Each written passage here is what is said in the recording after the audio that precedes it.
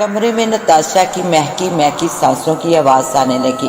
ابھی مجھ پر خود فراموشی کی کیفیت طاری ہی تھی کہ نتاشا نے مجھے چونکا دیا۔ وہ آواز تیز آواز نتاشا کے لہجے میں کپکپاہٹ تھی۔ سرشاری کی اس کیفیت میں نتاشا کا یوں پکارنا مجھے بے حد حیران کر گیا۔ کیسی آواز؟ میں چلا کر بولا۔ بہت تیز آواز، نتاشا مجھے خود پر سے ہٹا کر بولی۔ اس کے یوں ہٹائے جانے پر مجھے برا تو لگا، مگر میں جانتا تھا نتاشا حقوق زوجیت کے وقت ایسی حرکت نہیں کرتی۔ چنانچہ میں سنجیدہ ہو کر اس کی طرف دیکھنے لگا۔ کیا سن رہی ہو؟ کیسی آواز ہے؟ میں نے بکھلا کر پوچھا۔ تیز آواز جیسے ریل کا انجن چلتے وقت ہوتا ہے۔ اس نے اپنی کان پٹیاں دونوں ہاتھوں سے تھام دی۔ اس کے اس طرح کرنے پر جیسے میں گھبرا گیا۔ چند لمحوں بعد اس نے کانوں سے ہاتھ ہٹائے اور خوفزدہ نظروں سے ادھر ادھر دیکھنے لگی۔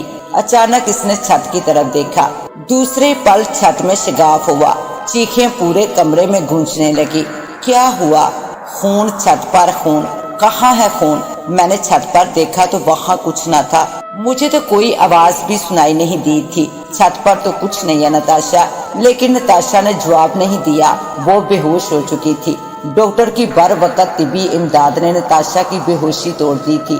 ڈاکٹر کے مطابق وہ کسی شدید خوف کے زیر اثر بے ہوش ہوئی تھی۔ میں نے نتاشا کے ساتھ تھوڑی سی پیار بھری باتیں کی اور اس کو سلا کر روم سے باہر نکل آیا۔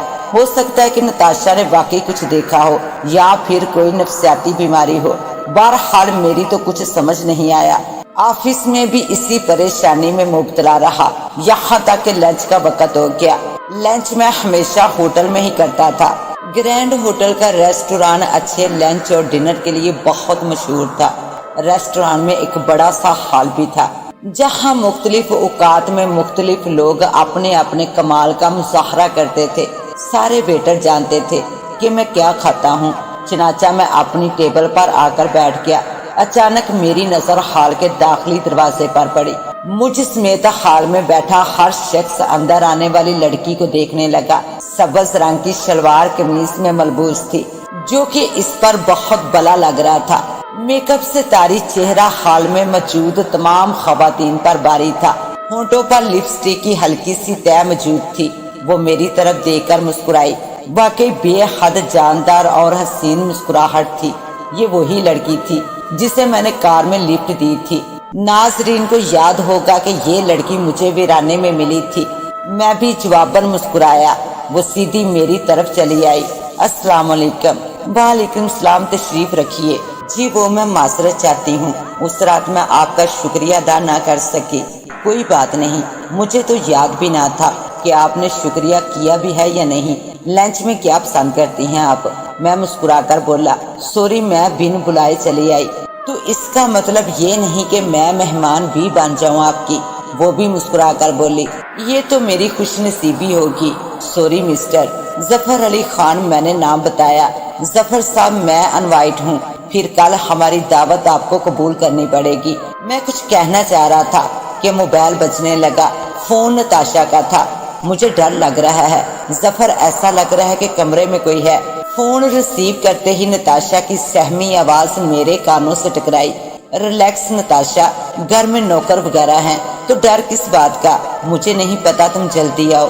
میرے کانوں میں عجیب عجیب آوازیں سنائی دے رہی ہیں۔ تم جلدی آؤ، ایسا لگ رہا کوئی ہے کمرے میں۔ نتاشا نے اتنا کہا اور فون کاٹ دیا۔ میں اسے پکارتا ہی رہ گیا۔ فون جیب میں رکھتے وقت میں نے دیکھا اس لڑکی کے ہونٹوں پر پر اسرار سی مسکراہٹ تھی جسے میں کوئی نام نہ دے سکا۔ مس صوفیہ، سوری، مجھے جانا ہوگا، میری وائف کی شاید طبیعت ٹھیک نہیں۔ کوئی بات نہیں ظفر، آپ جاؤ۔ نہ جانے کیوں ایک بار پھر مجھے ایسا لگا کہ جیسے میں اس مسکراہٹ کو جانتا ہوں، جیسے کہ کبھی یہ میری رفیق رہی ہو۔ گھر پہنچا تو کمرے کا نظارہ ہی عجیب تھا۔ نتاشا بیڈ کے ایک کونے میں اکڑو بیٹھی تھی۔ اس نے دونوں ہاتھوں سے اپنے کان دبائے ہوئے تھے۔ میں دھیرے سے چلتا ہوا اس کے نزدیک جا کر بیٹھ گیا۔ نتاشا، نتاشا، میں نے اس کے کندھے پر ہاتھ رکھ کر کہا۔ میری آواز سن کر نتاشا نے سر اٹھایا۔ نتاشا کو دیکھ کر میں چونک اٹھا۔ اس کی آنکھیں خون کبوتر ہو رہی تھی۔ ان میں نہایت بیگانگی موجود تھی، بالکل ایسی جیسے کہ چپایوں کی آنکھوں میں ہوتی ہیں۔ کون ہے؟ تو وہ گرائی۔ کیا میں حیرت میں پڑ گیا۔ دوسرا لہجہ میرے لیے مزید حیرتیں لے کر آیا۔ نتاشا نے ایک بھرپور ہاتھ میرے چہرے پر جڑ دیا۔ مجھے اندازہ نہیں تھا کہ اس میں اتنی طاقت ہے۔ میرا پورا منہ گونگ گیا۔ دوسرے لمحے اس نے اٹھ کر مجھے گھرے بار سے پکڑ کر کھڑا کر دیا۔ اس کی آنکھوں میں شدید وحشت اور دیوانگی تھی۔ سالے کتے، بغیرت، وہ گالیاں دینے لگی۔ نتاشا، یہ کیا کر رہی ہو؟ میں چلا کر بولا، لیکن اس نے میری بالکل نہ سنی اور 5 منٹ میں ہی کسی کپڑے کی طرح مجھے دھو کر رکھ دیا۔ اسے قابو کرنے کے لیے مجھے نوکروں کو بلانا پڑا۔ عجیب ماحول تھا کہ جس سے میں اتنی محبت کرتا تھا آج اسی کے ہاتھوں پٹا تھا۔ میرا چہرہ زخمی اور لہو لہان تھا، جگہ جگہ خراشیں پڑ چکی تھی۔ نوکروں کے لیے وہ کوئی خبیث روح ثابت ہوئی تھی۔ نوکر خود بھی حیران تھے۔ ایک دہان پانسی لڑکی ان کے قابو نہیں آ رہی تھی۔ نوکروں کو بھی اس نے بری طرح سے مارا تھا۔ جب وہ کسی طرح قابو نہ آئی تو انجیکشن دے کر اس کو قابو کرنا پڑا تھا۔ ڈاکٹروں کے مطابق وہ دماغی بیماری کا شکار تھی، جس میں مریض کو آوازیں وغیرہ سنائی پڑتی ہیں۔ پھر وہ مار کوٹ سے لے کر اپنی یادداشت بھول جانے اور قتل جیسے فعل تک جا سکتا ہے۔ 2-3 گھنٹے کے بعد نتاشا کو ہوش آیا تو وہ بالکل نارمل تھی۔ اس نے اپنے آپ کو ہاسپٹل میں پا کر اور میرے چہرے کو خراشوں اور زخمی دیکھ کر حیران ہو کر پوچھا تو میں نے مسکرا کر کہا، یہ جناب کی مہربانی ہے، سوال ہی پیدا نہیں ہوتا میں تم پر ہاتھ اٹھاؤں۔ وہ شدید حیرت کے اظہار کے طور پر بولی، نوکروں سے پوچھ لیں، ان کا بھی آپ نے یہی حال کیا ہے۔ مجھے یقین نہیں آتا اور میں بے حد شدید کمزوری بھی محسوس کر رہی ہوں۔ ہوا کیا تھا حضرت، آپ کچھ فرمائیں گی؟ میری بات سن کر میں نے دیکھا کہ چہرے پر لرزہ طاری ہو گیا، آنکھوں سے بے اندازہ خوف ظاہر ہونے لگا۔ میں نے دیکھا کہ وہ ڈر رہی ہے تو میں نے بات ٹال دی۔ کل تک اچھی بلی میری بیوی کو کیا ہو گیا تھا میری سمجھ نہیں آ رہا تھا۔ اچانک ایک ہی دم نہ سمجھ آنے والی بات تھی، میں تمہارے لیے جوس لے آتا ہوں نتاشا۔ اس نے اسبات میں سر ہلایا اور کمرے سے باہر نکل آیا۔ جیسے ہی میں باہر نکلا اندر سے چیخوں کی آواز سے میں بکھلا گیا۔ دوبارہ جیسے میں کمرے میں داخل ہوا، اندر کا منظر دیکھ کر میری آنکھیں حیرت سے کھلی کی کھلی رہ گئی۔ وہ ہاسپٹل کے بیڈ پر لیٹے لیٹے فضا میں بلند ہو چکی تھی۔ اس کے ہاتھ پیر یوں ہل رہے تھے جیسے خود کو کسی اندیکھی قوت سے بچا رہی ہو۔ نتاشا، میں چلا کر اس کی جانب بڑھا۔ اسی لمحے میرا پیر لڑکھڑایا اور میں گر پڑا۔ جیسے ہی میں اٹھا یہ دیکھ کر میں حیران رہ گیا۔ نتاشا بیڈ پر تکیے کے سہارے بیٹھی ہے اور اس کے ہاتھ میں میگزین ہے۔ یہ منظر دیکھ کر تو میں چکرا کر رہ گیا۔ ابھی چند لمحوں قبل تو وہ فضا میں بلند تھی اور اب میگزین پڑھ رہی ہے۔ عجیب نہ سمجھ آنے والی بات تھی۔ کیا ہوا ظفر، آپ گئے اور واپس آ گئے اور اب بیوقوفوں کی طرح میری طرف دیکھے جا رہے ہو؟ اس نے میگزین ایک طرف رکھتے ہوئے کہا۔ میری سمجھ نہ آیا میں اسے کیا جواب دوں۔ ڈارلنگ، جوس کون سا لاؤں؟ کیا ہو گیا ظفر، دماغ تو درست ہے نا آپ کا؟ آپ جانتے ہیں مجھے کون سا جوس پسند ہے، وہ خفگی کا اظہار کرتے ہوئے بولی۔ واقعی بات تو سچ تھی۔ اب میں اسے کیا بتاؤں کہ کچھ دیر پہلے میں نے اسے فضا میں بلند دیکھا تھا؟ کیا بتاؤں کہ میں نے اس کی چیخیں سنی تھی؟ کیا یہ کوئی ایسے بھی معاملہ تھا یا نظر کا دھوکہ؟ میں حیران کمرے سے باہر نکل آیا۔ جیسے ہی میں ہسپتال کے استقبالیہ پر پہنچا تو میں نے وہاں صوفیہ کو کھڑے دیکھا، جو کہ کاؤنٹر سے گفتگو کرنے میں مصروف تھی۔ صوفیہ کو دیکھ کر مجھے ایسا لگا کہ جیسے وقت کی رفتار تھم سی گئی ہو۔ سادگی میں بھی حسن کا، خوبصورتی کا ایسا نظارہ میں نے کبھی نہیں دیکھا تھا۔ سفید رنگ کی شلوار قمیض میں وہ بہت خوبصورت لگ رہی تھی۔